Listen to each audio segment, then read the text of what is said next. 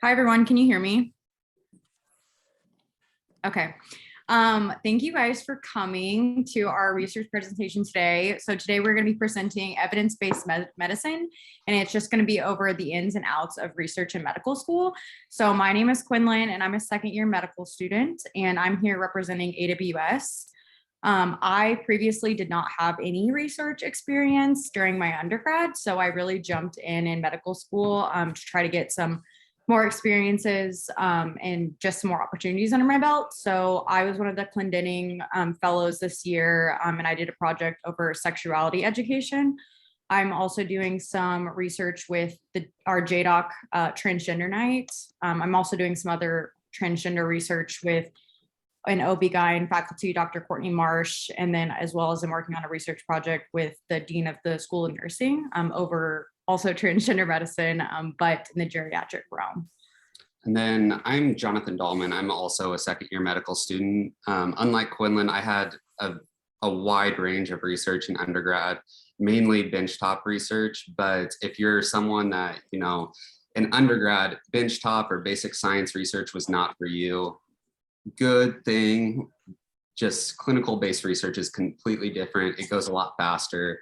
A lot more collaboration with your classmates. It's just, to me, I enjoy it so much more. With that said, this past year, I was lucky enough to work with the sports orthopedic research group, which applications for that are going to be coming out, for the M1 class are going to be coming out in January at some point. I also have been able to work with the orthopedic trauma group, as well as the transgender research team, and then also do some research through JDoc as well. So this is just an agenda. Also, I just want to say there's going to be lots of links in here, and you guys do not need to write any of this stuff down because we're going to send out this PowerPoint. So please, you don't need a screenshot or anything. You will have all this sent to you after the meeting. But basically, we're just going to go over why research is important. Then we're going to go into how to get started on research, basically from scratch. And then we're going to give you some resources that KU has that will make your research life a little bit easier. And then basically we're going to talk about some of the finishing touches, such as writing up your manuscript and then publishing your work. So to kind of just dive in on why research matters, a lot of us don't need a big talk about why it matters. But if you're kind of on the side that you're like, oh, I don't need to do research, it's just not for me, I get that, but we still need to kind of talk about how vital it is to healthcare. It's really a gateway for us as medical students, and when you're in residency, to really connect with faculty member or mentors. You can always also, with that, network not only within your university, but also other universities throughout the US and world for that matter. And then what residency applications currently kind of look like in terms of how research may affect it, since step one's now pass fail. So to kind of dive in here, research is really vital to healthcare. The 2020 AOFAS research recipient had the best quote that I could really come up with or find. And he stated, the core of medicine is to improve the care of patients. There is always a better way to do things. Research is the engine which drives that progress and allows all people to benefit from it. Furthermore, this physician, Dr. Cohen Rosenblum, was actually giving a talk at the American Association of Hip and Knee Surgeons this past year. And she was really talking about overall health literacy. And a lot of times we really think of health literacy which in personal health literacy, it's the terms in which individuals are able to find, understand, and use information about health services. But this physician, her talk was more focused on organizational health literacy, which is much less known, but essentially it's the degree to which organizations such as KU Med or other medical institutions can actually give individuals the ability to find, understand, and use information and services to help other individuals as well as themselves. So that's more the physician realm of being able to utilize what is out there. A lot of times it's research papers, staying up to date in current techniques, current just overall medical knowledge, and being able to transfer that to your patient and provide better patient care. With that said, research is ultimately a gateway to faculty mentors. Quinlan's kind of going to dive in on, how to get involved more a little later. But essentially, you can kind of like start out here in the middle, put yourself just there, and you have no idea where you really want to go, but you start sending out emails to a bunch of faculty, and say one lands. From there, you can go, say it's in the orthopedic realm, you're going in to the trauma, going in and connecting with a bunch of trauma physicians. From there, maybe one of the residents or one of the medical students or another physician's like, oh, you'll really enjoy working with so-and-so. And all of a sudden you might be working, with a general surgeon. So from there, you can always just kind of find one person and then just branch out to other individuals. And that's kind of within one institution such as KU Med. However, there is a way to utilize research and help find mentors at other institutions. For example, KU Med is part of the CORES Research Collaborative, which essentially it's a research program / funding that is shared amongst University of Kansas, University of New Mexico, University of Arkansas, Iowa, Kentucky, and Utah. And this is just one of dozens of types of grants that you can actually collaborate with other mentors, other physicians at other universities. And that way, when you're looking into residency, or if you're in residency looking towards fellow, and you're sending out these applications, you already know a contact person at a specific institution. Plus, this is a grant. So essentially, if you're able to get this, you can also talk about in your application. I know, research can be expensive, or I know whatever you're wanting to do could be expensive. I have been able to gather money via external means in the past, and I'm willing to do that again. Within also the hospital here, every surgeon works with some sort of surgical technology company. One of such is Stryker, and essentially when an institution does need equipment for a specific research study, a lot of times you can reach out to the specific company, and they'll provide those tools and whatever you really need through them. So you can actually also connect with surgical technology companies. And then kind of the last thing is research conferences, which I think Quinlan's going to talk about that more in the future. At research conferences, specifically national and world conferences, there's people everywhere that come to them. But as a medical student and resident, to get the most out of these, what you really need to do is look up attendees before you go to these conferences, whether it's via email, even Twitter or Instagram, like reach out to the people that you really want to connect with beforehand. Show up to their talks early so they know that you're interested. They know you weren't going to be late. Ask questions after talks. And then afterwards, there's always a lobby, a cafeteria, or most of these times these conferences are in a hotel, so a hotel bar. And a lot of these people will actually sit down with you and talk with you over hours over their specific program, over their specific research or field. So this is by far one of the best ways to really connect with individuals that are not in your home institution. And make sure after you talk with them for an hour or two, make sure to follow up with them, see how they're doing, see if potentially you can collaborate with them on a future project or talk about residency in the future. Just like make sure you keep that lifeline open. Kind of the last thing we wanted to go into is just what research is kind of looking at for surgical residency applications. The 2020-2021 AAMC first year matched resident data came out, and these are specifically the numbers for the number of abstracts, presentations, and publications. I specifically pulled surgery related specialties in here. And as you can see, most of these, if not all of them, to really match in these, you have to do some sort of research. With that said, obviously, there is a big difference between, neurosurgery versus general surgery.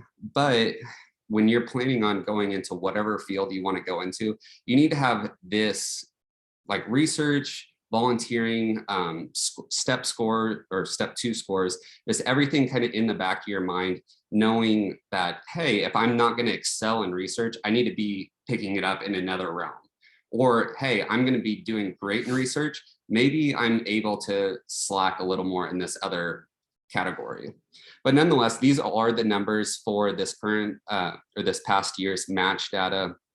One thing to just keep in mind here is this is including abstracts, presentations, and publications. With that said, they're all weighed differently. So ultimately, the top tier outcome for research is to get a publication out of it.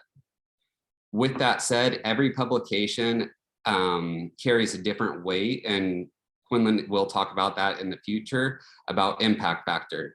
The higher the impact factor, the better the publication. So if somehow you're able to publish in an impact factor journal of 50 and someone you're like competing against publishes in an impact factor of 3, like that's just going to help you in the long run. Additionally, giving a presentation is really good, but getting a publication is way better. So you just have to realize, neurosurgery, 90th percentile, 44 abstracts, presentations, publications. But if 3 of those are publications and somehow, 41 of them are presentations versus someone else has, 23 publications, they're going to be weighed and considered differently. So that's something that you just need to keep in mind moving forward as you continue your medical education.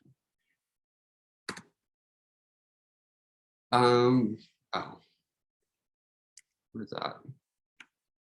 Oh, and then, yeah, so this is the last, I thought that was the last one. This is the last thing.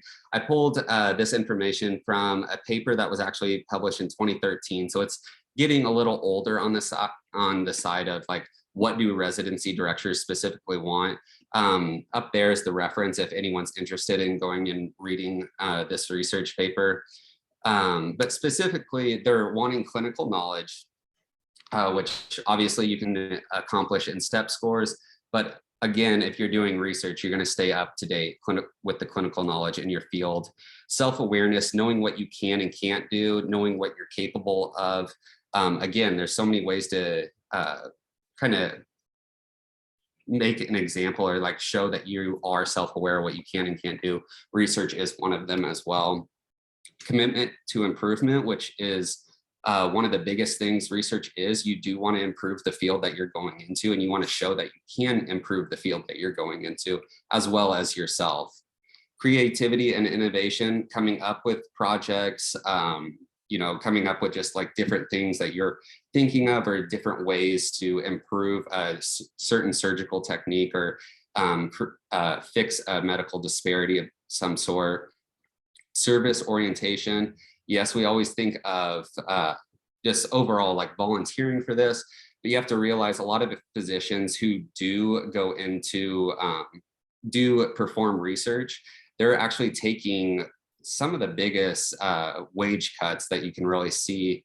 MD PhDs on average make probably, I guess I can't say the numbers, but you can look it up and they make way less than physicians that practice or do surgery full time. Pride in the profession, that can kind of speak for itself. You want to have a relationship with the client. And this can like vary in a lot of ways, from it being able to really just connect with them on an emotional level, but also being able to give the client facts about, in this study, about 50% of the individuals had this outcome. So that's another way to really connect with people you're working with. Trustworthiness and having a conscience is another one. And this link down here at the bottom, it actually is something that happened at KUMC this past year. An individual in the research realm embezzled $556,000 from the research institution here on campus. If you're interested more, you can look into that, but you have to be trustworthy with the amount of money that you're given and just like your overall job in a sense. Be able to time manage and prioritize different things, make ethically sound decision making. Don't publish data that says vaccines cause autism. Like, you can't do that. And then just show leadership within your research community. So that was all about why research is important, especially for us. And now I'm just going to tell you guys about how to get started. I had to learn a lot of these things firsthand this year because I did not have any research experience coming into med school. So I'm basically going to be talking about how to start from scratch. There's also some other ways you can do it where you can, email a physician basically in a department that you want to that you're interested in and ask if they have any research project you can get on. So obviously those research projects would be already going, so you might come in at a different step, but all the same, you can use any of these resources as well, both ways, starting from scratch or jumping in. So the first thing that you want to do when you're wanting to start a research project is brainstorm. So like I kind of said, look at what specialty you're interested in. Maybe you can reach out to some faculty and ask them if they have any research projects that they either want done or are currently doing that you could help out with. Physicians love, love, love free labor for medical students. So they will be more than happy that you emailed them. And so if you're starting from scratch and wanting your own research project, you can ask yourself what you want to know more about in the realm of medicine or in a subspecialty of medicine that you're interested in. And then you want to know about what has already been done when you're talking about like what research question that you want to know about. And so that kind of goes into, I think one of the most important parts of starting your research is the literature review. So what I'm talking about when I'm talking about a literature review is going to the literature. Usually PubMed is the easiest and fastest way that people will do it. And you basically research anything that could be involved with your research question, any topics. You can use mesh terms, things like that, that we talked about maybe in undergrad and things like that. Anyways, so once you're doing that, it's a great way to obtain additional research ideas about what other people have done in the research realm with your topic. And it's also a great way to help shape your project into something that's relevant, needed, and novel. So we're really wanting to make sure that you're not recreating a project that someone has already done, because then it has a less likely chance that it will get published. So I just put a link down here for you guys. It is a link to the library, KUMC library, and you can basically put in any paper and it will find it. It's kind of hard sometimes on PubMed when you're trying to find the full article text, and sometimes they're like blocked because you're supposed to pay, but the library has access to like almost everything. The third thing to get started is to identify your contacts. So if you have, a good research idea, you think a good research question, then you're definitely going to want to identify contacts after that. So the most important person would be to be your PI. Now, when I came into medical school, I had no idea what a PI was, and people were saying PI, and I was like, oh. So I just put it here for you guys. If you guys don't know, the PI is the individual that's responsible for the preparation and administration of research. So that can mean many different things. Your PI can be as hands-on or as hands-off as they want. A lot of the times our faculty that agree to be your PI are kind of hands-off because they're really busy, obviously. So the medical student does a lot of the preparation and administration of the research as well. But going along with that, if you are able to identify a PI, so that will be any doctor basically within our healthcare system, or if you're collaborating with another institution, they could be that as well. But you also want to see if you can get any other collaborators on your project if needed. So that can be other doctors that are interested in your research. It can be other medical students that you guys can work on the project together, or even other healthcare providers, like not in the realm of medicine. So we're getting some interprofessional collaboration there. Number 4 is to write up your research proposal. So after you've gotten your question, you've got your PI, your other people on your project, you have you've finalized your research question. So now you have to write up your protocol, which is basically your plan to carry out your research. So this can either be a retrospective chart review, it can be a prospective study where you're actually doing an experimental study. It can be even like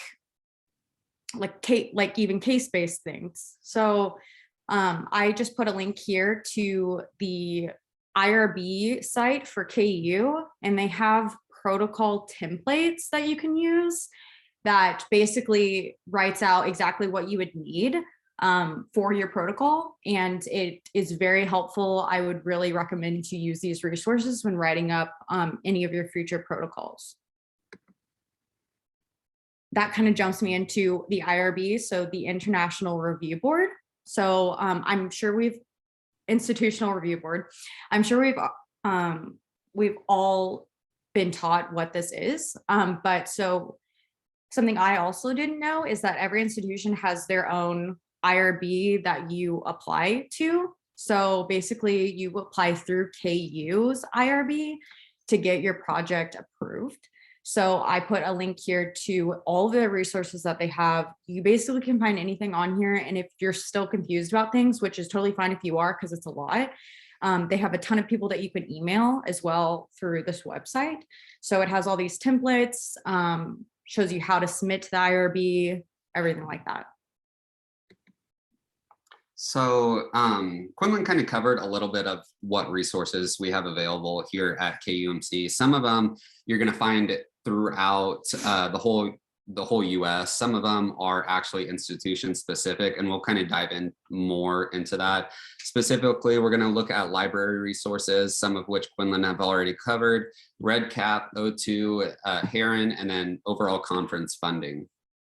So just to kind of cover library resources, Quinlan really touched on the journal finder. That is absolutely instrumental especially if you're doing any type of literature review, being able to go ahead and find a paper on PubMed, and then all of a sudden you click on it, you want to get the full link or full text length or whatever. And I would say probably 60% of them are hidden behind a paywall. Well, the library will actually kind of break through that paywall for you. So make sure you use that if you need it. Furthermore, we do also have specialized librarians who do systematic reviews. So if you're wanting to do a systematic review over any topic, you can actually meet, I think there's 4 of these librarians. That I've worked with one specifically, but you can work with different librarians, however you kind of want to do it. So that's a good resource. And then the last biggest thing that I think KUMC and the library can help you with is EndNote and EndNote training.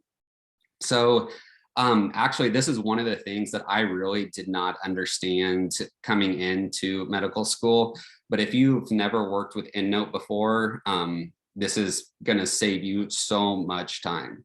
So this is pretty much an example of how EndNote will look. Essentially, when you are pulling papers from PubMed, you can click, I don't remember, it's send to, and then it's send to reference manager. And this is essentially a reference manager. And you have all the authors, the year that they were published, the title. And if you kind of scroll down here, it'll even have the abstract for everything. So it's a great way to just keep all of your references in one area. And with that said, when you start writing your manuscript, there's actually a collaboration with EndNote and Word. There's both by Microsoft.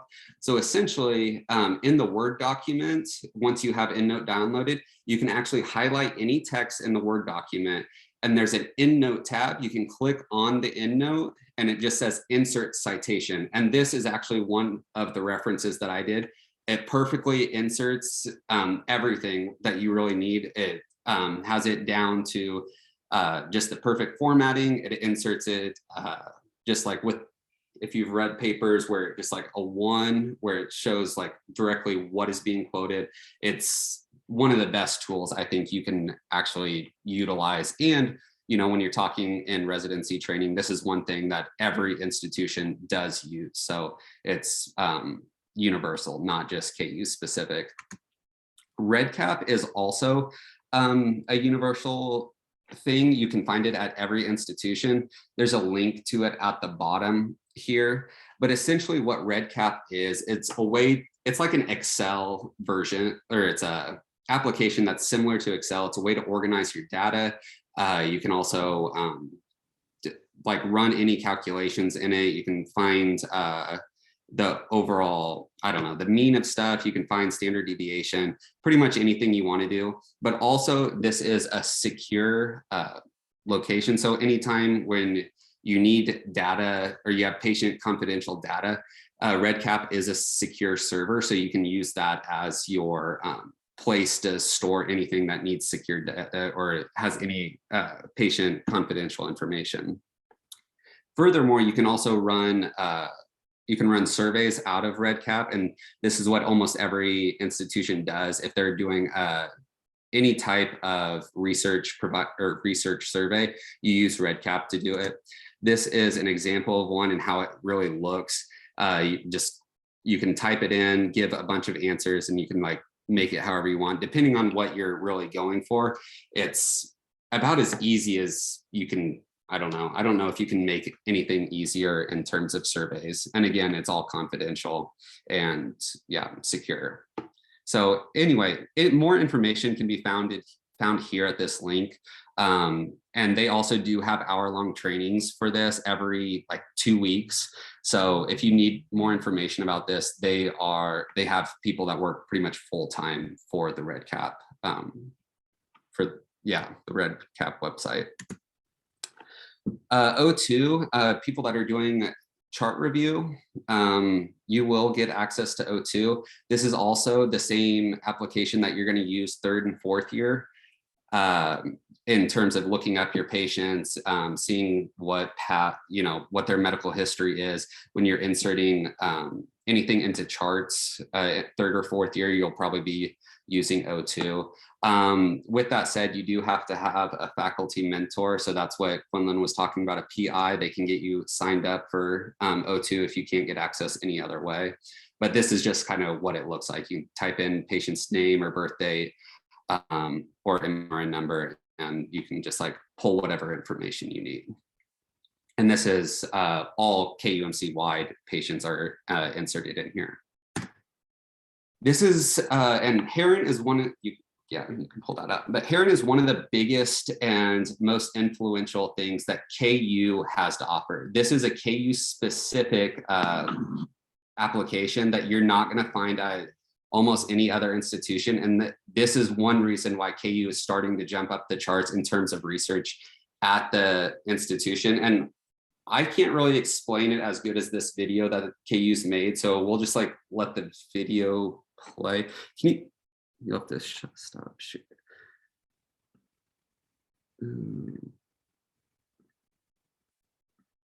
We'll just let the video kind of show you.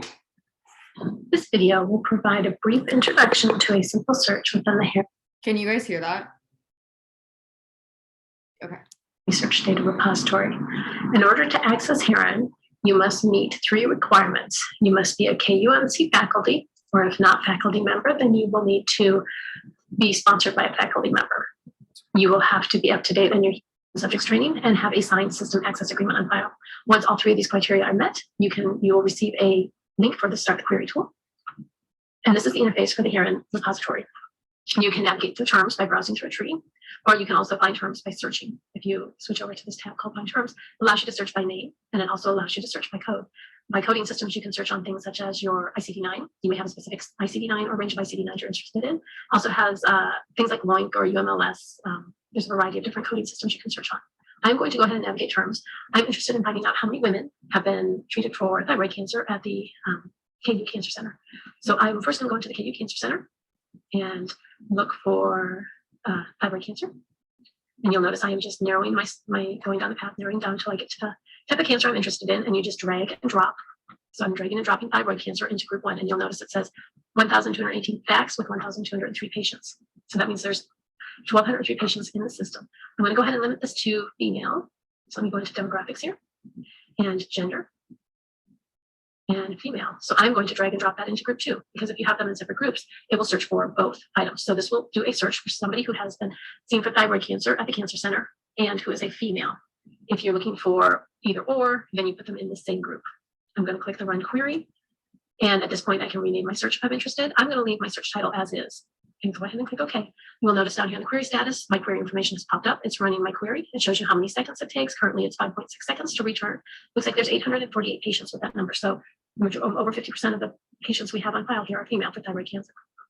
Stay tuned for more videos on more complex searching structures. Yeah, so I can't explain it any better than that does. One of the most, hold on, let me pull it up. One of the most difficult things to do in research in the past has always been retrospective reviews. And at most institutions, it is still very, very hard, because you're going to go in to, say, the cardiothoracic department, and the physician's going to be like, hey, I want you to see how many patients during 2018 to 2021 has had an aortic dissection. And it's like, okay, you have to go through each patient and like look through all their charts to find that. While KU has developed this Heron technology where you can actually pull those right away. They'll send you the MRN numbers and you're like good to go. So KU's really expedited the fact, or how we have done retrospective reviews. And if I was any medical student here at KU, I would definitely take advantage of that, because journals love retrospective reviews, especially since how hard they've been to do in the past. And we have such just a unique opportunity to expedite how we can do retrospective reviews here at the University of Kansas. So I would highly recommend, if you have any research question at all, wanting to look at women with, like they said, thyroid cancer, it can pull it up like that. Like anything at all, like you can get the exact numbers, see if you'll have the power you need to run this retrospective review. It's very quick, it's very easy.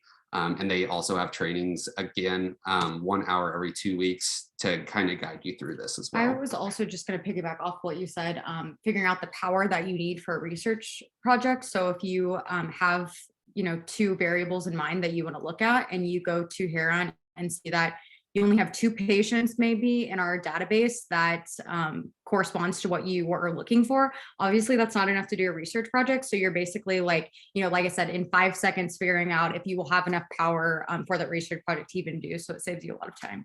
Yeah. But if it is a very good research project, your PI is in love with it, you have 5 patients here at KU Med, that's when the institutional collaboration really comes in handy, and your PI would act like they would love if you were able to, get that all put together. Plus you get funding for that to not only do the research, but also go to national and international conferences to present that research. So all the way around, this is a great tool that I think everyone here at KU Med should utilize, but also know during residency interviews, you can talk about REDCap, you can talk about, EndNote, but this is KU specific, so it's a little more difficult to talk about this at other institutions. The last thing is conference funding. No matter what conference you attend, it is going to be very expensive. I think average cost just for registration is anywhere between $200 to $600. And that's just for registration, let alone when you factor in airfare, you factor in housing, meals for the week, you're looking at thousands of dollars, especially if you go to multiple conferences throughout the year. So the best way to kind of mitigate that is to apply for conference funding. The best thing for all of us here in med school is actually the Student Government Council Travel Award. When I pulled this, the maximum award was $500. It currently is up to $750. The application link is there. One thing that you do need to note is the award is distributed, like it says, 4 times a year at the first of each of those months. Thing that's kind of a pain about this, though, is if you apply to present at some conference, say you hear back from that conference, and the conference is like January 3rd, and you hear back like November 20th, you might not get funding through this funding allocation, because would be applying for it after the deadline and before the next deadline. So that kind of limits it a little bit, but just be aware of that. If you can't apply through this, or you've already applied, you got the money through this once, then you can apply elsewhere. Every department usually has some sort of travel expenditure that you can get. For example, the OB-GYN department, they do have a trainee travel reimbursement. And essentially, I think this one's $250 if I remember right. But yeah, whatever department you're doing research in, you're wanting to go to a conference to present your research, almost every department will have some sort of funding that you can apply for there. Just ask your PI and they can definitely send you in the right direction regardless. Okay, now I'm just going to talk about when are we done with research? Research obviously takes a long time, but I'm just going to talk about some finishing touches that we always have to put on our research to basically get a publication, because that's the end goal. So I'm just going to be talking about statistics, presentations, writing your manuscript, and then ultimately the publication. So statistics can make or break your research project. It's really difficult, especially for anyone who does not have a statistics background, to do statistics by yourself. So KU does have our biostats department that you can actually register any of your research projects. I put the link here. That is a form that you can actually fill out that we'll send to the biostats department, and then they will determine what kind of stats you need, who can help you with your project. So this does cost money. So depending on if you are tied with a department, sometimes the department can use their CME money to pay for the stats, because they can be kind of expensive. But there also is like kind of a little loophole that you can say in the comments of this form, I'm a medical student, I don't have money to pay for this. And sometimes they can get a grad student in the biostats department to do your stats for free. So just always ask, and obviously never pay for stats like by yourself with your own money, because the physicians that you're working with will always figure out a way in order to get your stats done.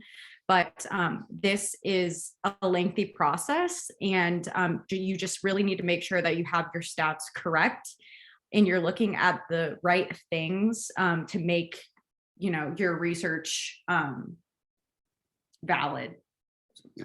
And then just kind of to piggyback off that, one thing that you do also want to do when you're coming up with your research question, you're putting your protocol together and everything, that is the time to find your stats.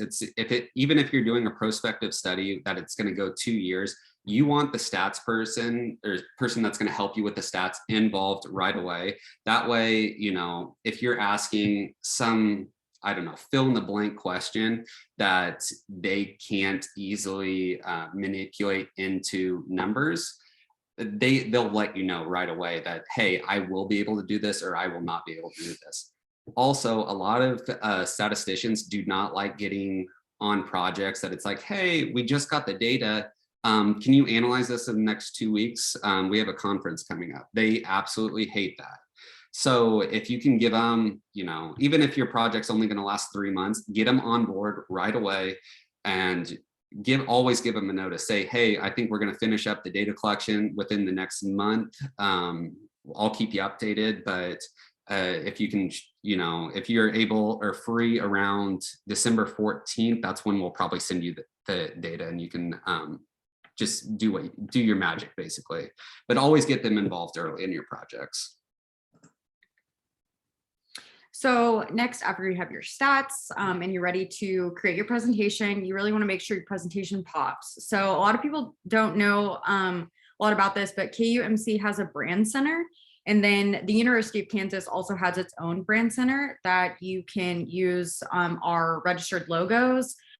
They also have specific colors that tie to KU, as well as with this link that I put down here has PowerPoint templates such as the one we're using right now that has the KU Medical Center logo at the bottom, and then it also looks really nice. They also have specific ones for the Wichita campus, School of Medicine, everything like that. So you can always get those through this link, as well as the extra things, because you really want to make sure that you're presenting your research well, and that it is appealing to the eyes too. So once usually I'm talking about having a presentation before you've written up the manuscript. So the presentation also can be a posters, things like that, and they have poster templates, what I said. And just with that also, once she's going to talk about the manuscript, but once you get published, you can't go back and do a poster. They only, pretty much every conference will only take data that has not been published before. So the second you get your manuscript accepted somewhere, you can't go back and apply to do a poster or a podium presentation anywhere. So if you're wanting to double dip on any of your projects, get a presentation and a manuscript out of it, then you need to just like do the presentation first. You have to do the presentation first before you do the manuscript. So once you're ready to write that manuscript, you need to identify possible journals that will fit your research topic. So a lot of the times a good way to do this is to go back to your PubMed. So when you did your lit review and looking at some of those papers that you analyzed before the research project, look at where they were published in. And that's a good way to get started. You can also go to this link I put right here, the journal guide. And that will help you identify specifically what journals are kind of looking for what topics, and to see which one fits best for your project. The second step is to basically, if you have like a couple journals you're thinking about, we would recommend that you check their impact factor. So Jonathan already mentioned this. I did not know what an impact factor was when I came into medical school. So what an impact factor essentially is it's rating how important that journal is in the medical realm. So basically it goes from like 0 to like 100. So basically, for example, JAMA, it has an impact factor of like 80 or something, very high. You think of like Nature. I think Nature is like it's over 100. I think it's like 130. Like it's very high. And then other journals obviously are a little bit lower. So, but if you look and you're trying to decide on what journal to submit to, I'd recommend to submit to the journal with the highest impact factor, because that will help you along the line. And then I think the most important thing to do is, once you have identified that one specific journal that you're going to submit to, you should look up what the formatting requirements are, because journals are very picky in the way that they want you to submit your manuscript. So you want to incorporate the formatting requirements while you're writing the manuscript, so you don't have to go back. It'll save you a ton of time doing it that way. Yeah, and I actually eat my words. Nature's 50, but anyway, the thing that you have to also take into consideration for impact factor, one is average. So when we're talking about something that's impact factor of 50, 80, doesn't matter. You're talking about in a very exclusive journal. Yes, you want to shoot for the highest, but also be realistic with your project. If it's not going to, change the way we think about medicine, you're not going to get it published in an impact factor of 50 journal. Like, you have to be realistic with yourself and your project. I would say most projects here at KU Med will probably be anywhere between probably 0.5 up to 10 to 15. Outside that, like, that's great if you can get it higher than that, but I would not expect, shoot for the moon, but make sure the moon's within reach. Lastly, so the publication. So once you submitted it, there's just some things to know about publishing that I want to go over. So there can usually, I say usually because it depends on the journal, but usually only be one first author. So you really want to determine this early in your research process. So that can be when you're identifying contacts. So you have your PI, and then maybe you ask some other people if they are interested in being involved with your project.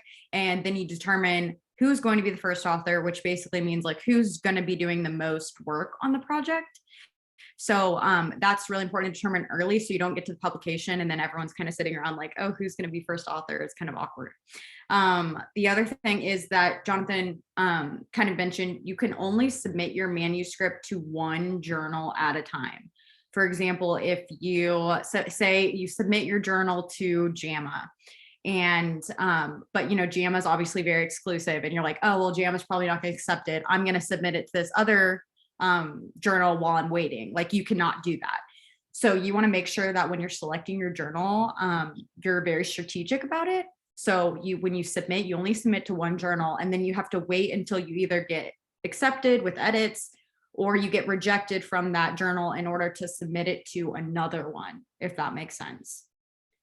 And a lot of times this acceptance or rejected, say, you do submit it to JAMA and it's just not realistic you're going to get published there. A lot of times they'll know it's, they're not going to publish it, but it's like 6 weeks to hear back regardless. So, I mean, med school is a finite amount of time, and you have a finite amount of time to get your publications before residency interviews, before it gets published somewhere else. So keep that into consideration when you're also picking what journal you want to publish in, because every journal that you submit it to, you're looking at probably anywhere between 4 to 8 weeks before you're going to even hear back from them, whether it's accepted or denied. And if you have to do that at 4 different journals, you're looking at potentially half a year just waiting on or getting denied from a bunch of different journals. So just take that in consideration as well. And so, yeah, Jonathan's talking about obviously publishing takes a really long time. And so even if you do get accepted for this specific journal, be ready for multiple rounds of edits on that for them to actually be able to take it. So you're probably looking at least 3 rounds of edits, going from the editors of the journal back to you edit it, so forth and so on. So that will also take a long time. And then it takes a long time to actually physically get published in the journal or on the online journal as well. Yeah. And if you're not gracious or lucky enough to get it published at the first place you submit it, it's worth noting that a lot of different journals have different ways that they want the paper published. So some journals, they want an abstract, introduction, results, discussion, conclusion, while some journals, they want it, I don't know, introduction, methods, results, and then conclusion. So the more times that you send it to different journals, the more times you're going to have to change the whole structure of your paper. So again, very time consuming. Take that into consideration as well. So that is all that we have for you guys today. But we wanted to know if there were any questions. You can either put them in the chat or you can just state them out loud about anything that we're talking about or anything really in the realm of research or surgery. So yeah, but thank you guys.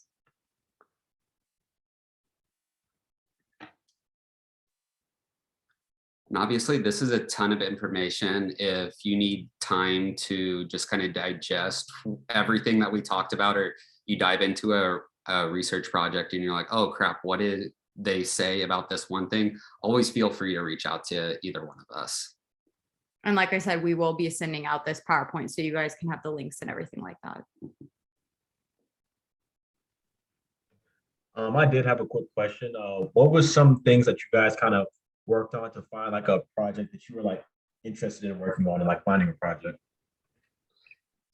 Yeah, so the first thing is for a lot of people, it's figuring out if you have an idea of what specialty you want to go into, whether that's, you have one specialty or you have 3. So always just pick one of the specialties that you want to go into. If you want to go into hem-onc, okay, what's interesting in hem-onc? Maybe polycythemia.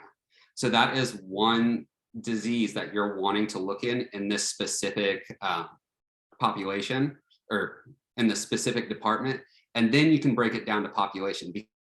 A lot of the research out there currently, it just because of the history of how it is all done individuals. So you can break it down into a subpopulation where you can look at African Americans, you can look at Asian Americans, you can look at, you know, a subpopulation there, or there's also a lot of different departments that haven't broken up research between sexes. So a lot of them just kind of jumble all the results of males and females into one results.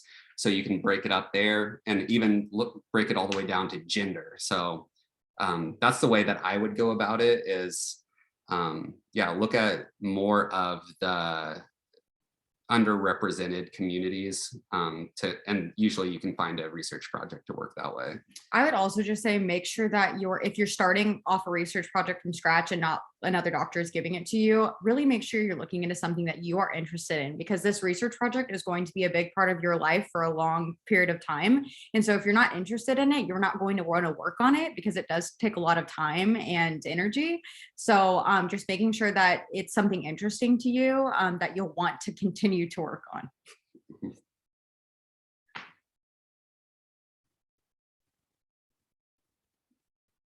All right, thank you. Of course. Is there a way to get help with the costs associated publishing? Yes. So thank you for that question. So I was kind of talking about the different departments that your PI will be a member of. They have specific funding for publishing that they can use in order to help with those costs.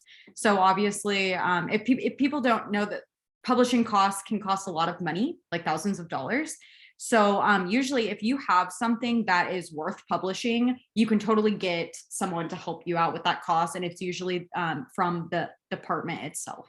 And yeah, and the publishing costs, the departments are much more willing to help you with that, more so than help you go to a conference or even pay for statistics. For whatever reason, they're more willing to help you with publishing costs. So anyway, yeah, go through the department. We also just got a question. How are you able to work on multiple projects at once for competitive residencies when time is so limiting as a student? That is a really great question as well. I think you obviously have to be organized. We're organized as med students, but you also have to be working with people that are motivated towards the same goal. So with your research teams, so it's not just the work is not so daunting just on yourself. You want to make sure that you're having other people that you can bounce ideas off of, that you can share the workload and things like that. And you really need to be having like meetings with them regularly so you guys can all get back on track about where the research project is going, because sometimes research projects will just sit for a long time because no one's pushing it forward, because obviously we do have so much other things to do on our plate. So I would just say really making sure that you're having a meeting, weekly or bi-weekly with your research team in order to divvy out roles of things that you need to do, and then just see how things are going. Yeah, and just to kind of piggyback off that, if you're wanting to work on multiple projects, it is very time consuming and it's very demanding. One thing that I would highly recommend is make sure whatever projects you're working on, they're the protocol or like the study design is different. So systematic reviews, you have all the data at your disposal at that moment. So you can constantly be working on that. While even retrospective analyses with Heron, it's still, you'll have weeks of downtime because Heron takes, to get specific MRN numbers, it takes like 4 weeks to get that data. So, it's a lot of hurry up and stop. Hurry up and stop. And then if you do a prospective study where, you're looking at a population over 6 months, you're just sitting there. So if you can, have a systematic review that you're constantly just like picking away at for a while, and then you have a retrospective review where you work on it like once a month, and then you have a prospective study that you work on like once every 6 months, you can be on multiple projects at once, and it's not quite as time consuming for you as a student.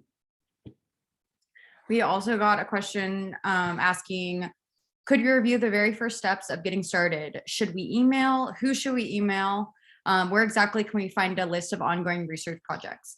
So to my knowledge, there's not a list of ongoing research projects like as a whole with the entire health system. But everyone told us this when we were first years, and just jump out there and email someone. I think a good place to get started would be to first, if you identify what department that you're looking at, what specialty you're interested in, say your OB-GYN, you can go look at our OB-GYN faculty on the website and then see their publications and see what their research interests are. And then basically try to find, someone that matches up with what research you're kind of wanting to do, because they're more likely to want to do that research with you if that's what they're interested in. So I think that's a good way to start. And then you literally just send an email and say, I'm a first year med student, I'm a second year med student, I'm really wanting to get involved. If you don't have a research project, I'm looking to get involved in a research project. Could I please help out with any that you're working on? Or, hey, we have this research project idea. Send them like a, well drafted semi proposal for it, so they actually take you seriously. And then they'll probably ask, can we have a meeting, things like that. But don't feel bad if you don't get a reply back, because doctors are really busy. So I would just say, like, keep trying. And the faculty here are just really amazing. I would probably try to target faculty that are actually our professors as well, because obviously they want to help us out as students. Yeah. That's exactly it. One other just kind of hint that it's kind of stereotypical, but it usually is true. Target the younger faculty. So the faculty that are, first couple years attendings, they seem to have a little more energy. They have a little more background in research. And they have recently went through all this that we're going through. So they're more willing to help out than someone that's getting ready for retirement. So that's my biggest thing. Especially if you're going into a department that has a lot of your classmates reaching out, pick younger faculty, and usually you'll have a higher chance of them getting back to you than not. And again, kind of like Quinlan said, you're striking out everywhere. Form up, have your own research question, because all your classmates are going to be reaching out saying, hey, like, do you have any research spots available? Well, a lot of physicians, they don't necessarily have just like projects, that they can think of. But if you have your own research project, they are more than happy to take you on as a student. Like, it just shows your initiative. It shows you're going to be a hard worker. It's your project. So that's probably one of the biggest ways as well.